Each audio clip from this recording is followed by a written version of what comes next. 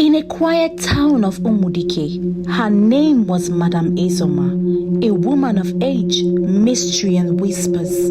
She sold clocks, beautiful and glowing ones. But these weren't ordinary clocks. They watch, they listen, and they exposed. Families came to her shop. They smiled, paid, and took the clock home. This one will help you sleep better, she would say. Or this one sees the truth. She wasn't lying, but the truth can be deadly. Mrs. Oyema bought one. She placed it lovingly on the wall in her living room. But at night, as she set dinner, she heard it. A whisper so soft, it nearly passed as a wind.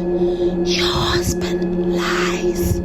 She froze. The next day, she followed him, and what she found shattered her.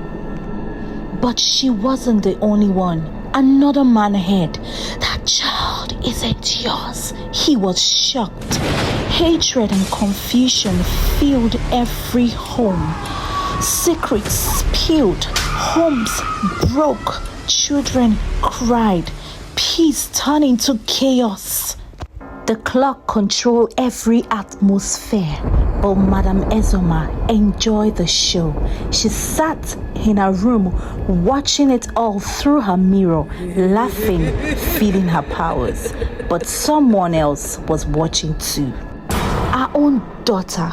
That night, as Madame Ezoma left her ritual room, her daughter saw her face glowing from candlelight, eyes cold and unfamiliar.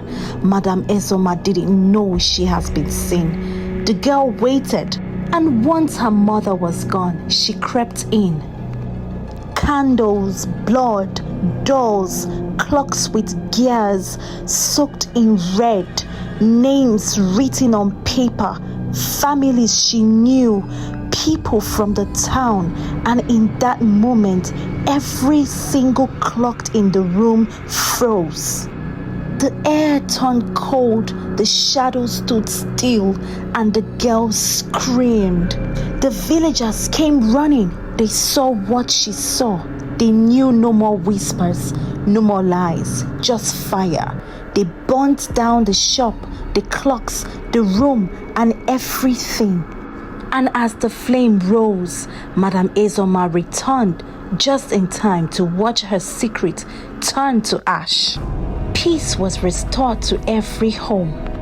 She sold time but forgot that time always collects its debt, and sometimes it uses your own blood to do it.